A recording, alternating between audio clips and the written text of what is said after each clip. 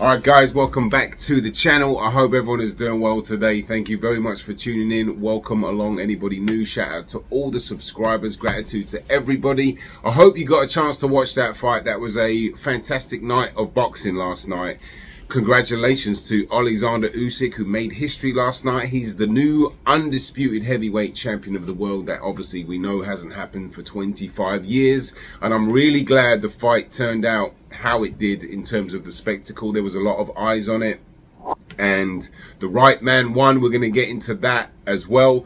Quickly, I was trying to go live yesterday. I promised I was going to do it in my Opetaia pre-fight video. I tried really hard to go live. I spent about 5 hours preparing, and as I was ready to go, I set everything up, and it was just doing that, loading part, and it just would not load up. So apologies to anybody that was expecting that to happen. I'm going to work on trying to get that happen going forward. So let's talk about the fight, right? Okay, obviously, as actually a lot of us expected, including myself, Fury would go on the back foot and Usyk would be applying that front foot pressure as he said he was going to do. He wasn't going to leave him alone, and he was true to his word, as we'd expect. He's a very good, truthful, honest man. More on that a little bit later, because that's the opposite for Mr. Politician Tyson Fury. But Usyk, look, applying that pressure, systematic slow pressure, but also landing a lot of like sneaky jabs to the body, backhands to the body, nothing too damaging but clean shots. And then he obviously landed that backhand, that left, where he would double jab, and then he swept it round the side in the first. I think he caught him both first and second. For me, that was enough to win the rounds. It was the only clean, harder shots that were landed, and they certainly had an impact. But outside of that, scoring a fight these days is actually like, I think a lot of fans aren't as educated, because HBO used to bring up all the rules on how fights were scored: clean, effective punching, ring generalship, defense, and there's one more that I'm missing. Even me, like I used to watch that religiously, and I've even forgotten that. Maybe someone can help me out. What's that fourth criteria? Because there are other criterias, right? How much damage are you doing? But essentially, clean, effective punching is by far the most important one. But Usyk was being the ring general. Now, even that has been, argued as about what is the ring general. The ring general for me is, what fight are you making? Are you in control? Are you fighting the fight you want to fight? Is your opponent being forced to fight a fight that you're putting on them? I.e., the first 2 rounds that Usyk was doing. Effective aggression. Are you coming forward being aggressive, but is it being effective? Yes. So defense, I don't know if I mentioned that. That's a criteria that can come into play. And I think a lot of fans aren't being. It's not their fault, because these TV networks and promotion, they're not talking about the rules anymore. At least not from what I've seen. But absolutely, Usyk won the first 2 rounds. The third round for me was a little bit of a swing round. Tyson Fury definitely landed a few more cleaner shots, and he was getting his jab going a little bit more.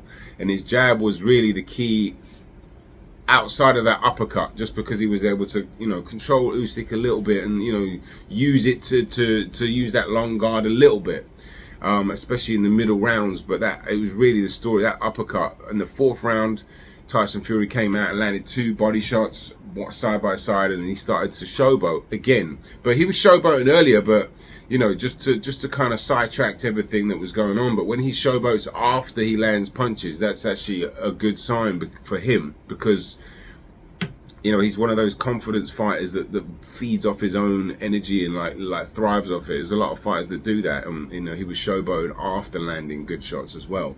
So he started to really feel himself in the 4th round. And I think the feints, a lot of the Usyk feints, and because Usyk's style of fighting is very demanding, right?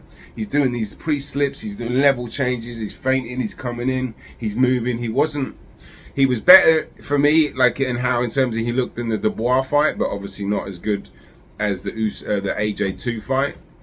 Obviously, people are saying, well, he's slipping. Well, he's 37 years old. Maintaining that kind of pace and that kind of intelligence and front foot pressure and constant, head movement with someone that actually knows how to neutralize that as well. And that's their game as well, Fury.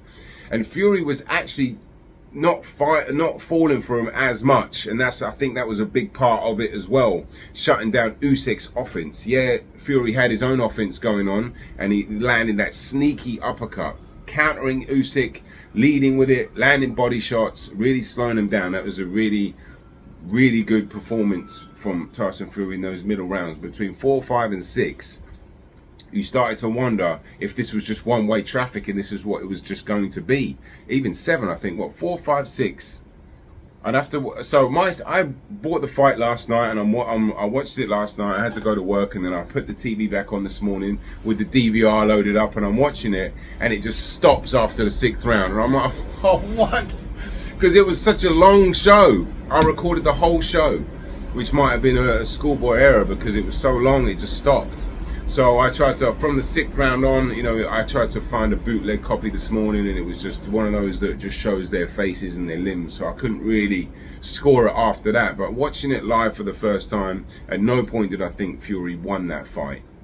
But reading a lot of interviews and watching some based opinions, you know, especially Steve Kim, you know, he was like, well, you know, the 3rd and the 12th were, you know, kind of probably maybe Fury rounds. So if you, and definitely the 4, 5, and 6, you probably could have given Fury 5 rounds, to be honest with you. You know what I mean? Because I don't know about the 7th, but the 8th is where actually Usyk started to turn the tide back. He landed a couple of hard shots, and there was a bit of blood coming from the eye, and that's where the tide turned for me. Obviously, the 9th was an epic round. And, you know, Fury, I don't know, I think he just got a bit lazy, he got a bit caught, he got caught countering. I made a video on counter punching, I'll leave the link up here, but basically the intro of that, Roy Jones is saying the best time to hit a guy is when he's punching. It's the glamour division of boxing. And these guys are not letting us down. And Tyson Fury was punching, Usyk caught him in between the shots, caught him with the right, caught him with the left, bang, and then, like, you know, Fury wobbled and went back to the ropes, and then Usyk started teeing off on him. And I'd actually picked Usyk to win in the 10th, and I was like, oh my God, come on! But he was really going for it, you know. He was letting drop, like, emptying the tank. And, you know, Fury did wobble over into the ropes. The ropes did keep him up. Now, people are saying, well, they should have stopped the fight. Now, I've got to be honest with myself, because I've always been a massive admirer of Steve Smoger, right? If you don't know who Steve Smoger is, RIP to him. I think he passed away a few years ago. He was a legendary referee, and he used to really let the fighters fight. I'll leave a short video at the end of this video that I made on one of his fights that he called, where he just, like, clearly just let Kelly Pavlik beat the absolute hell out of Edison Miranda, where both the commentary team was saying, oh, yo, Steve Smoger's not going to stop this. So I'm always pro let the fighters fight, because, you know, with somebody like Tyson Fury in such a big fight as well, you want to really see just the comeback. And just, like, you know, he was saved by the belt, absolutely, but just look, again, his powers of recovery are remarkable. And in fact, when he made it out the belt, I was watching a fight with my missus, and it's a very rare occasion. She's like, you know, a major casual, but it was nice because, you know, it was an exciting round. But I said to her, I was like, oh no, when he didn't get in, I was rooting for Usyk just because of purely on the good of boxing. And I don't tend to really want somebody to lose like that, but for the good of the sport, I was rooting for Usyk. Not my pick, you know, it's not like that. It's just, I think it would have been bad for the sport had Tyson Fury won this fight. But anyway, I said to her at the end of the 9th, I was like, that's not good. He made it out. He's such a powerful, his powers of recovery are extraordinary. And she looked at me, she couldn't quite understand what I was talking about. She's like, wow, he's done. He's done. And I was like, yeah, but he's not though. And look, he did maybe take a couple of rounds off, and Usyk was definitely winning the 10th and the 11th. But, you know, he came back in the 12th. And he finished like a champion, and he's as a pitiful of a human being as he is. He's a bloody good fighter, and he's got a tremendous heart and will, and you can never take that from him. But I don't think the fight should have been stopped. Is where I'm going with that. I didn't have a problem with it just because I've been so pro let the fighters fight, you know, and they really let him fight. They give him an opportunity. He's a champion, you know. He got wobbled. He got the count, and you know he fought on, got himself back together. So I think it was the right call, really. Now, the 12th round. Look, I had a hard time watching this back, so I can't go from full memory, but. Another thing Steve Kim said as well, which I actually said pre-fight, I was like, Tyson Fury doesn't really sit down on his punches. He doesn't really put his body through it. And he's conditioned himself to do that because it's defensive responsibility, right? He'll come in with body shots like that. And as he's coming in, he's already leaving like that, which means you're not putting your full force. You're not turning the shots, putting your whole body through it. I think maybe, you know, hindsight's 2020, of course. Maybe if he'd have done that a bit more in those body shots, it'd have had more effects. Because I think Usyk ran out of creativity in the middle rounds, right? A lot of that was down to Fury not biting on the pre-slips, not biting on the level changes, not biting on the feints as much. And he was neutralizing Usyk. And Usyk started to, and not to mention he was getting hurt with those uppercuts, the body shots. A lot of that, you know, really slowed Usyk down dramatically. And he actually looked like, you know, I don't want to say a beaten man. He's never looked beaten. But there were moments in that 5th or 6th round where I was thinking, I think this fight's, you know, I don't know if he's going to come back from this. And then sure enough, Usyk, just an absolute warrior, amazing fighter. One of the greatest heavyweights, I think people are saying now. I mean, he's just a tremendous asset to the sport. Pure, what's the thumbnail that I put on there? I can't remember. My memory's so bad. Damn, that's gonna annoy me now. But that's pure skill, was it? Yeah, I think it was pure skill. Usyk personifies the purity of the sport. You know, he's gone on the road and done what he's done. He's been the Olympic champion. He's never had a really close fight. This was probably, you know, this and the Briedis fight, if you want to call it close. But he definitely won. Usyk won, and now, as I said, as it always happens when you have a big fight, you have the fallout, you have a section of fans that don't, it's got nothing to do with boxing. They're defending their own pick, they're defending their hero, and they will do that, you know, with whatever. If Usyk would have won 12 rounds, they'd have come up with some conspiracy excuse about how he cheated and all this stuff. This is what happens. And those people aren't boxing fans, so they can just do and say what they want, but Usyk won that fight, the better man won, and then the truth comes out in the ring. Not only just in the ring from the performance, but after what Tyson Fury's been saying about how they only picked him because of the war in Ukraine. I mean, how disgusting of a comment is that? Truth came out right there and then. That is a despicable human being saying stuff like that. How can you defend that guy? Do you know what I mean? It's really awful. What an absolute lowlife. Anyway, congratulations to Olexsander Usyk. You know, he really did put, I wish I could really detail more the back end of the fight, but as I said, my DVR for some mysterious reason just stopped after the 6th round. I was gutted. But look, I'll talk about this Opetaia fight as well, because I said I did want to go live and I was really gutted I couldn't go live for that. It was actually quite one-sided all the way up until the 10th round. Really, Opetaia looking in control, looking a lot stronger, looking a lot more assured, more patient, more professional, and like really just, I don't want to say with ease. I think Briedis was a big part of that. I think part of Briedis' game plan was to kind of conserve a bit of energy, lose a lot of the early rounds, and deal with the ferocity of a younger, stronger, a powerful man. Take what he had, and then, you know, as the fight went on, Briedis is very sneaky, and in the pre-fight I mentioned that he's a sneaky operator. He's got some power, he's tough, he's got a chin. My God, Opetaia was nailing him with that backhand, especially like the 3rd or 4th. His head was getting snapped back, and he was just coming back. Briedis' nose was busted up in the 4th round again, and they cleaned that up nicely. Opetaia was in full control. And then there was some kind of a headbutt in the 9th or the 10th, I think it was. But Briedis also landed this sneaky short right, which he feinted, and then he came through bang with a swivel jab, landed it bang on the chin of Opetaia, and it hurt him, and it rocked him, and it wobbled him back. And he got hurt a couple of times in that fight, in the last couple of rounds. And that made it really interesting. But you know, Opetaia never looked in serious danger, but he was backpedaling a little bit, and he was, you know, I think maybe if anything, you could really learn from this in the sense that, you know, you can never take your lead for granted. I'm not saying he definitely did, but it looked to me like, you know, maybe because it was quite a quiet atmosphere in there, he was winning comfortably, and maybe when you have somebody like Briedis who's ready to pounce, he's very sneaky and crafty and waiting for that one moment. And, you know, maybe Opetaia's team and him can learn from just maybe not being a bit complacent. If you are up on the cards and you are dominating, just pretend like it's an even fight. Keep the intensity. Don't switch off. And, you know, but look, you can never count Briedis out. He's a true warrior, and I'm questioned whether he was going to let it hang out. And, you know, he did let it go too late, but he did try. He really tried. I don't think I even left a prediction. I didn't mean to not leave one. I was like on the fence whether it would go to points or he'd get the late stoppage.